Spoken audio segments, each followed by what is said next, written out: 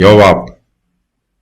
காலமே தாவீது யோவாபுக்கு ஒரு நிருபத்தை எழுதி உரியாவின் கையில் கொடுத்து அனுப்பினான். அந்த நிருபத்திலே, மும்முரமாய் நடக்கிற போர் முகத்திலே நீங்கள் உரியாவை நிறுத்தி அவன் வெட்டுண்டு சாகும்படிக்கு அவனை விட்டு பின்வாங்குங்கள் என்று எழுதியிருந்தான். அப்படியே யோவாப் அந்த பட்டணத்தை சூழ காவல் போட்டிருக்கையில் பராக்கிரமசாலிகள் இருக்கிறார்கள் என்று தான் அறிந்த இடத்தில் உரியாவை நிறுத்தினான். பட்டணத்து மனுஷர் புறப்பட்டு வந்து யோவாபோடே யுத்தம் பண்ணுகையில் தாவீதின் சேவகராகிய ஜனத்தில் சிலர் பட்டார்கள். ஏத்தியனாகிய உரியாவும் செத்தான். அப்பொழுது யோவாப் அந்த யுத்தத்தின் செய்திகளையெல்லாம் தாவீதுக்கு அறிவிக்க ஆள் அனுப்பி, தான் அனுப்புகிற ஆளை நோக்கி, நீ யுத்தத்தின் செய்திகளையெல்லாம் ராஜாவுக்கு சொல்லி தீர்ந்தபோது ராஜாவுக்கு கோபம் எழும்பி, அவர், நீங்கள் பட்டணத்திற்கு இத்தனை கிட்ட போய் யுத்தம் பண்ண வேண்டியது என்ன? அலங்கத்தில் நின்று எய்வார்கள் என்று உங்களுக்கு தெரியாதா? எர்பேசேத்தின் குமாரன் அபிமெலேக்கை கொன்றது யார்? தேபேசிலே ஒரு பெண் பிள்ளை அலங்கத்திலிருந்து ஒரு ஏந்திரக்கல்லின் துண்டை அவன் மேல் போட்டதினால் அல்லவோ அவன் செத்தான். நீங்கள் அலங்கத்திற்கு இத்தனை கிட்ட போனது என்ன என்று உன்னோடே சொன்னால், அப்பொழுது நீ, உம்முடைய சேவகனாகிய உரியா என்னும் ஏத்தியனும் செத்தான் என்று சொல் என்றான். அந்த ஆள் போய் உட்பிரவேசித்து யோவாப் தன்னிடத்தில் சொல்லி அனுப்பின செய்திகளையெல்லாம் தாவீதுக்கு அறிவித்து, தாவீதை பார்த்து, அந்த மனுஷர் கைமிஞ்சி அவர்கள் வெளியே எங்களுக்கு எதிராக புறப்பட்டு வந்தபோது நாங்கள் பட்டண வாசல் மட்டும் அவர்களை துரத்தினோம். அப்பொழுது வில் வீரர் அலங்கத்திலிருந்து உம்முடைய சேவகரின் மேல் எய்ததினால் ராஜாவின் சேவகரில் சிலர் செத்தார்கள். உம்முடைய சேவகனாகிய உரியா என்னும் ஏத்தியனும் செத்தான் என்றான்.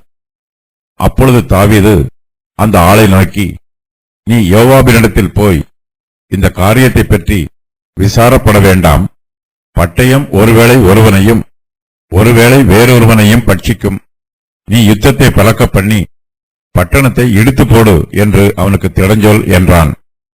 தன் புருஷனாகிய உரியா செத்தான் என்று அவன் மனைவி கேள்விப்பட்ட போது அவள் தன் நாயகனுக்காக இளவு கொண்டாடினாள். துக்க நாள் சென்ற பின்பு தாவீது அவளை அழைத்தனுப்பி தன் வீட்டிலே சேர்த்துக் கொண்டான். அவள் அவனுக்கு மனைவியாகி அவனுக்கு ஒரு குமாரனை பெற்றாள். தாவீது செய்த இந்த காரியம் கர்த்தரின் பார்வைக்கு பொல்லாததாய் இருந்தது.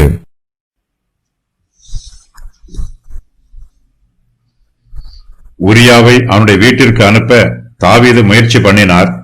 தாவீதின் முயற்சிகள் தோல்வியடைந்தது. தாவீது தன்னுடைய பாவத்தை மறைக்க திட்டமிடுகிறார். உரியா அவனுடைய வீட்டிற்கு போகாததினால் தாவீது யுத்த களத்திலே உரியாவை கொன்று போடலாம் என்று சதி திட்டமிடுகிறார். உரியா அவனுடைய வீட்டிற்கு போகாததினால் தாவீதின் பாவம் ஏதோ ஒரு நாளில் உரியாவுக்கு தெரிந்துவிடும். அதன் பின்பு பிரச்சனை வரும். அந்த பிரச்சனையை தவிர்ப்பதற்கு உரியாவை கொன்று போட வேண்டும் என்பது தாவீதின் சதி திட்டமாயிருக்கிறது. தாவீது முதலில் தன் மாம்ச இச்சைக்கு இடம் கொடுத்து பத்சேபாளோடு விபசாரம் பண்ணினார். இப்போது சாத்தான் தாவீதின் இருதயத்தில் குடியிருக்கிறான். அவனே தாவீதை ஆளுகை செய்கிறான். உரியாவை கொண்டு போட வேண்டும் என்று சாத்தான் தாவீதுக்கு ஆலோசனை சொல்லுகிறான். தாவீதும் சாத்தானுடைய ஆலோசனைக்கு கீழ்ப்படுகிறார். உரியா ஒரு தப்பிதமும் செய்யவில்லை. அவன் ஒரு யுத்த வீரன். உரியா ஒரு பராக்கிரமசாலி. தன்னுடைய ராஜாவுக்காக உரியா யுத்த களத்திலே மரிக்கவும் ஆயத்தமாயிருக்கிறான். இஸ்ரவேல் தேசத்தின் பாதுகாப்புக்காக யுத்த களத்திலே மரிக்க ஆயத்தமாய் இருக்கும் உரியாவை தாவீது தன்னுடைய சுயநலத்திற்காக கொன்று போட திட்டமிடுகிறார். மாம்சத்தின் இச்சை ஆத்மாவுக்கு விரோதமாக யுத்தம் பண்ணுகிறது. மாம்சத்தின் இச்சைகள் மனுஷருடைய கண்களை குருடாக்கும். மனுஷருடைய இருதயங்களை கடினப்படுத்தும். மனுஷருடைய மனச்சாட்சிகளை மழுங்கி போக பண்ணும். மாம்சத்தின் இச்சைகள் மனுஷனுடைய மதிப்பையும் மரியாதையையும் நீதியையும் நியாயத்தையும் கெடுத்து போடும். சாத்தான் கொடிய விஷமுள்ள சர்ப்பத்தை போன்றவன். அவன் தாவீதின் இருதயத்தில் குடியிருக்கிறான். உரியாவை கொல்ல வேண்டும் என்னும் யோசனையை சாத்தான் தாவீதுக்கு கொடுக்கிறான். சாத்தான் வஞ்சிக்கிற சர்ப்பத்தை போன்றவன். உரியாவை எவ்வாறு கொல்லுவது என்னும் சதி ஆலோசனைகளை சாத்தான் தாவீதுக்கு தாராளமாய் கொடுக்கிறான். யோவாப் தாவீதின் சேனைக்கு தளபதி. தாவீதின் வீரர்கள் எல்லோரும் ரப்பா பட்டணத்திற்கு விரோதமாக முற்றுகை போட்டிருக்கிறார்கள். உரியா தன் வீட்டிற்கு போகாமல் தாவீதின் சேவகரோடே அரண்மனையின் வாசலிலே படுத்துக் கொண்டான். தாவீது மறுநாள் காலையில் உரியாவை யுத்த களத்திற்கு அனுப்புகிறார். தாவீது அவனுடைய கையில் யோவாபுக்கு ஒரு நிருபத்தை கொடுத்து அனுப்புகிறார். காலமே தாவீது யோவாபுக்கு ஒரு நிருபத்தை எழுதி உரியாவின் கையில் கொடுத்து அனுப்புகிறார். அந்த நிருபத்திலே மும்முரமாய் நடக்கிற போர் முகத்திலே நீங்கள் உரியாவை நிறுத்தி அவன் வெட்டுண்டு சாகும்படிக்கு அவனை விட்டு பின்வாங்குங்கள் என்று தாவீது எழுதியிருக்கிறார். உரியா தாவீதிடம் வந்து 3 நாள் ஆயிற்று, இன்னும் அவன் தன் வீட்டிற்கு போகவில்லை. மறுபடியும் யுத்த களத்திற்கு போவதற்கு ஆயத்தமாக இருக்கிறான்.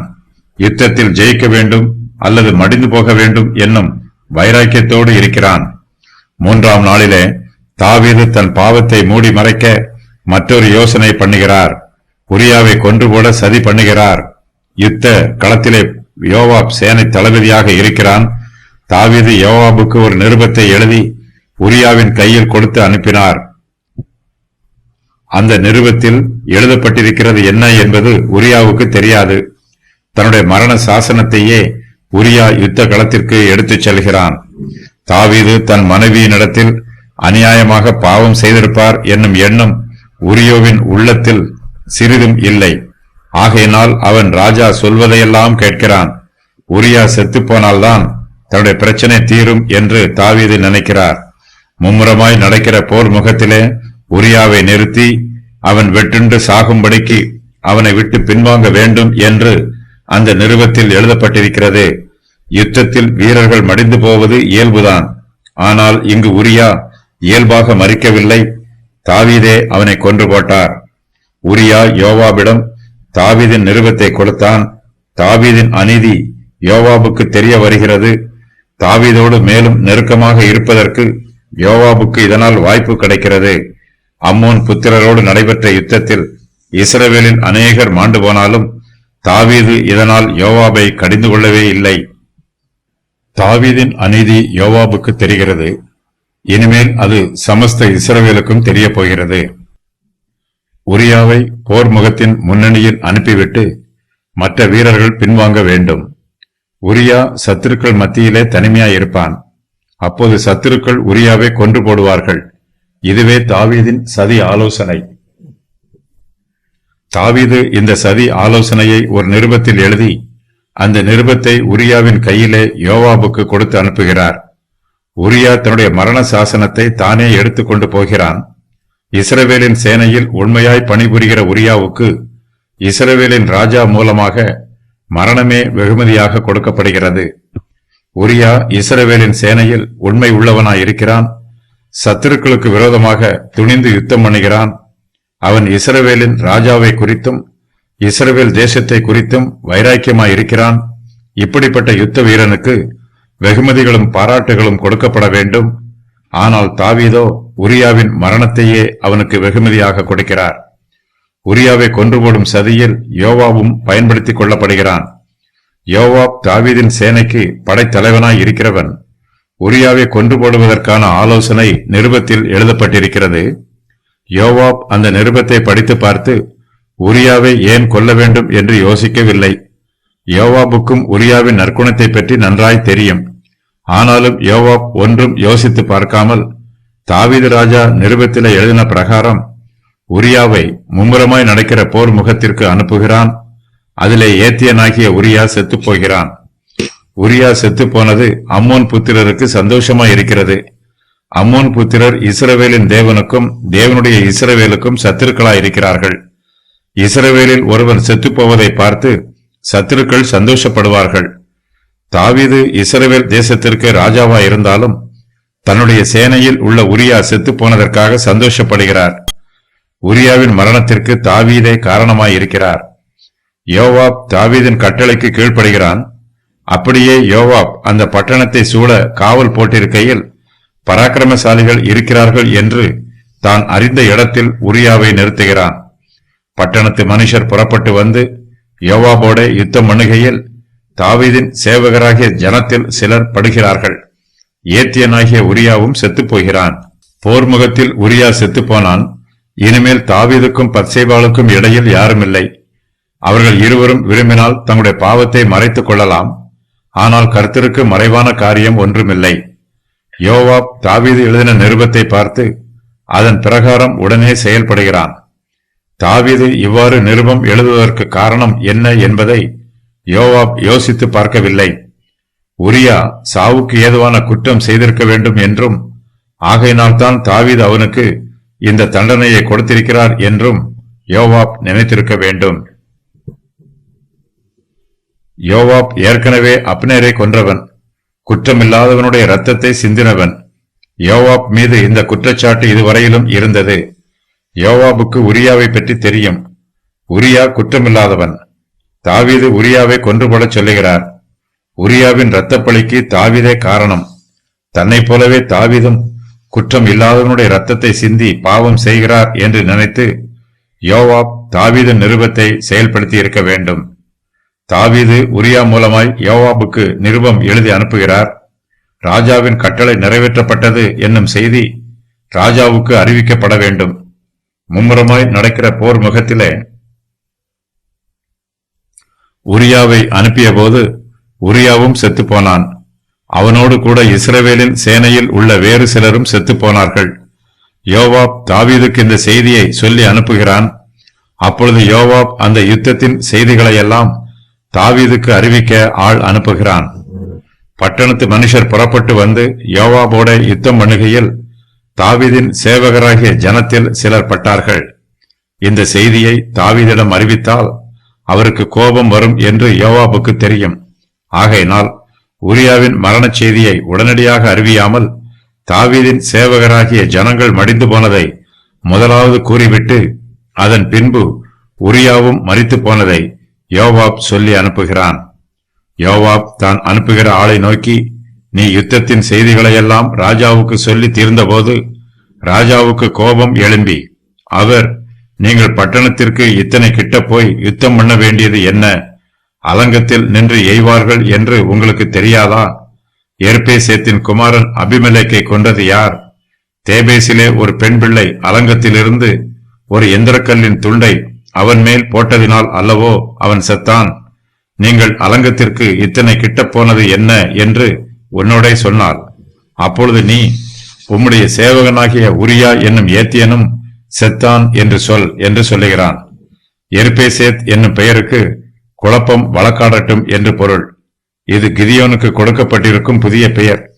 கிதியோனின் விக்கிரக ஆராதனையின் நிமித்தமாக பரிசுத்த ஆவியானவர் அவனுடைய பெயரை இவ்வாறு மாற்றியிருக்கலாம்.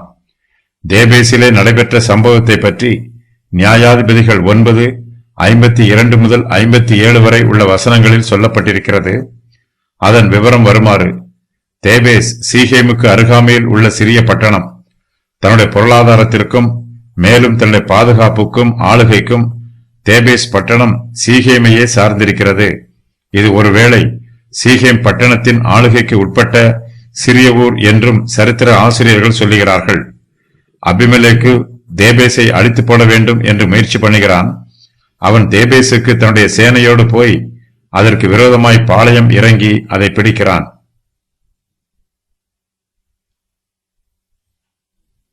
அந்த பட்டணத்தின் நடுவே பலத்த துருக்கம் இருக்கிறது. அங்கே தேபேசின் சகல புருஷரும் ஸ்திரீகளும் பட்டணத்து புருஷர் அனைவரும் ஓடி புகுந்து கதவை பூட்டிக் கொண்டு துருக்கத்தின் மேல் ஏறுகிறார்கள். அபிமெலேக்கு தேபேசின் மனுஷர் எல்லோரையும் கொன்று போடும் வண்ணமாக அந்த துருக்கம் மட்டும் வந்து அதன் மேல் யுத்தம் பண்ணி துருக்கத்தின் கதவை சுட்டெரித்து போடும்படிக்கு அதன் கிட்ட சேருகிறான். தேபேசின் துருக்கத்தை சுட்டெரித்து தேவேதின் மனுஷர் எல்லோரையும் கொன்றுபோட வேண்டும் என்று நினைத்த அபிமெலேக்கு தன் மண்டை உடைந்து செத்துப் போகிறான்.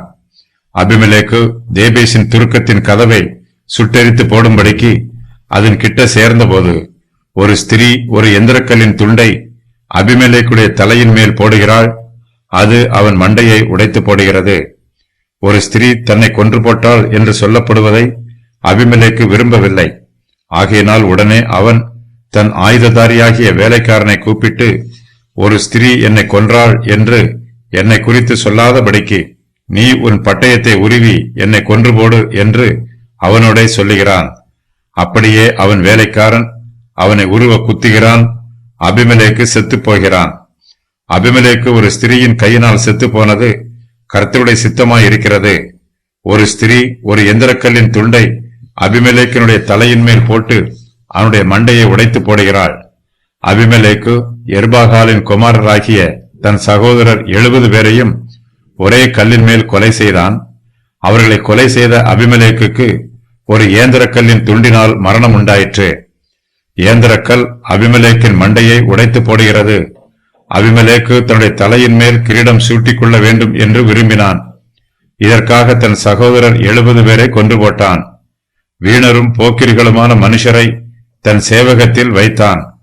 சீகேம் துருக்கத்து மனுஷரில் ஏறக்குறைய 1000 பேரை அக்கினியினால் சுட்டெரித்தான். அபிமெலேக்கின் தலை கிரீடம் சூட்டப்படுவதற்கு தகுதியானது அல்ல. கிரீடம் சுமக்க வேண்டிய அபிமெலேக்கின் தலை உடைந்து போயிற்று. ஒரு ஸ்திரீ அபிமெலேக்கை கொன்று போடுகிறாள். அவனுடைய தலையின் மேல் அவள் ஒரு எந்திரக்கல்லின் துண்டை போடுகிறாள். ஒரு ஸ்திரீ தன்னை கொன்று போட்டாள் என்னும் அவமானம் அபிமெலேக்குக்கு உண்டாயிற்று. அபிமெலேக்கு மதியீனமான காரியத்தை செய்தான். மதியீனருக்கு அவமானம் உண்டாகும்.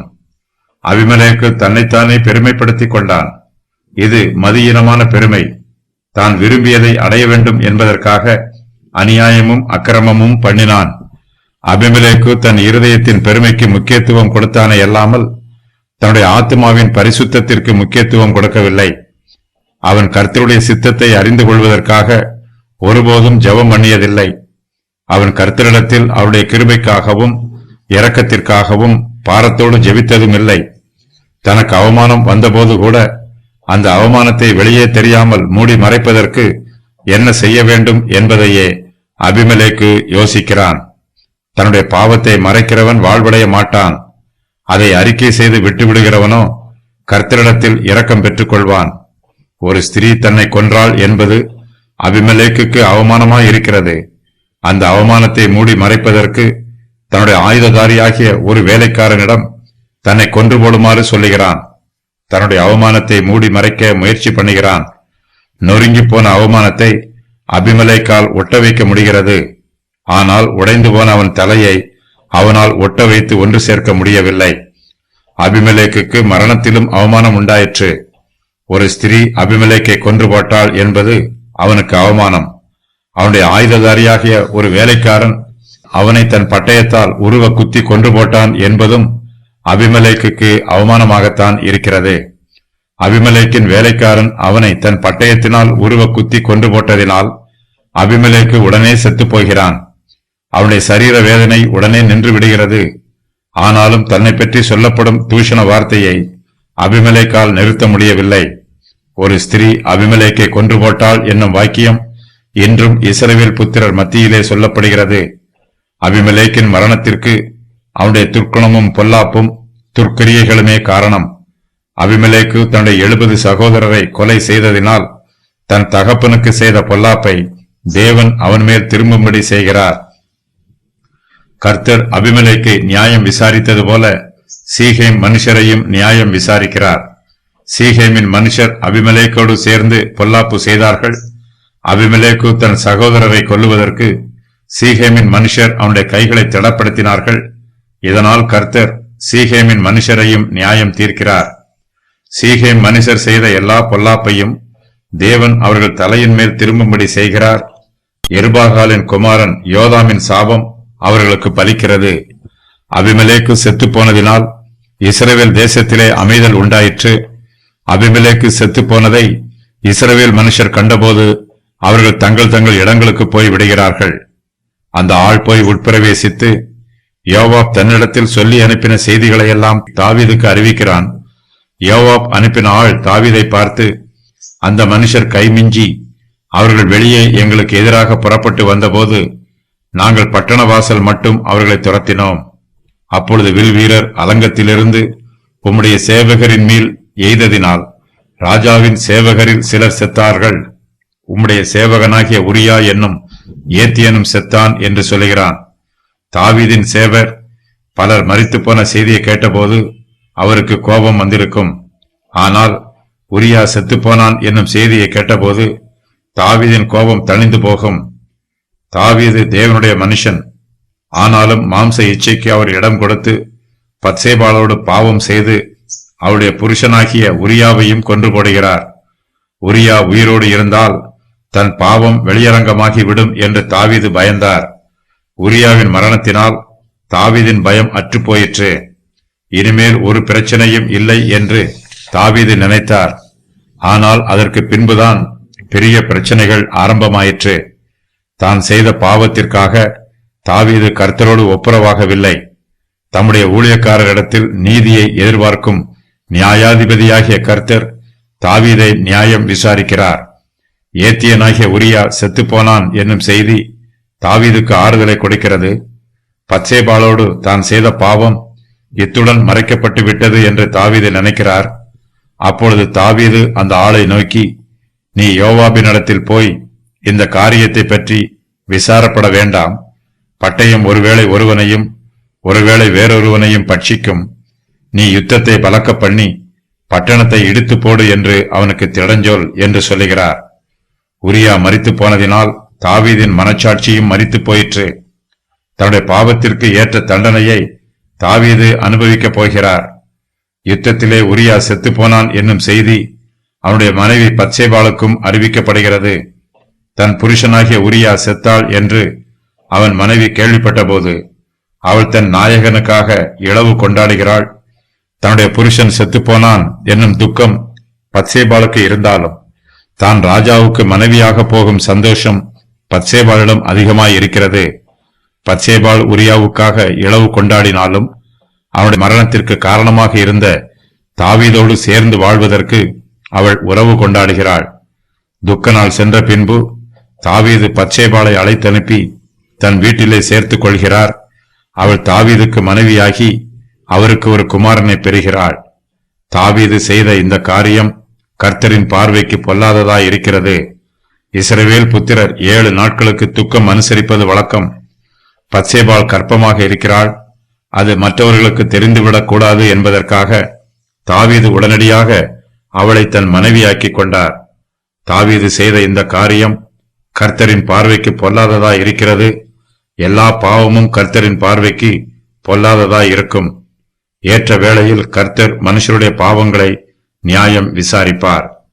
தாவீது ஏத்தியனாகிய உரியாவின் சங்கதி ஒன்று தவிர கர்த்தர் தனக்கு கட்டளையிட்டதிலே தான் உயிரோடு இருந்த நாளெல்லாம் ஒன்றையும் விட்டு விலகாமல் அவர் பார்வைக்கு செம்மையானதை செய்து வந்தார். தாவீது உரியாவின் மனைவியினிடத்தில் விபசாரம் பண்ணினார். உரியாவை கொன்று போட்டார். பத்சேபாளை தனக்கு மனைவியாக திருமணம் செய்தார். தாவீது செய்த இந்த காரியங்கள் எல்லாம் கர்த்தரின் பார்வைக்கு பொல்லாததாய் இருக்கிறது. கர்த்தர் பரிசுத்தர், தம்மை ஆராதிக்கிற ஜனமும் பரிசுத்தமாய் இருக்க வேண்டும் என்று கர்த்தர் விரும்புகிறார். கர்த்தருடைய ஜனம் பாவத்தை வெறுத்து பாவத்திற்கு விலகி ஜீவிக்க வேண்டும். கர்த்தருடைய பிள்ளைகள் கர்த்தரோடு எவ்வளவு நெருங்கிய ஐக்கியத்தில் இருக்கிறார்களோ அந்த அளவுக்கு அவர்கள் பாவத்தை வெறுத்து பாவத்தை விட்டு விலக வேண்டும், பரிசுத்தமாய் ஜீவிக்க வேண்டும். தம்முடைய பிள்ளைகளின் இருதயத்தில் பாவம் வாசமாய் இருப்பதையும் பாவம் அவர்களை ஆளுகை செய்வதையும் கர்த்தர் விரும்புவதில்லை. தாவீது செய்த பாவம் கர்த்தரின் பார்வைக்கு பொல்லாததாய் இருக்கிறது. கர்த்தர் தம்முடைய நீதியினால் தாவீதை தண்டிக்கிறார்.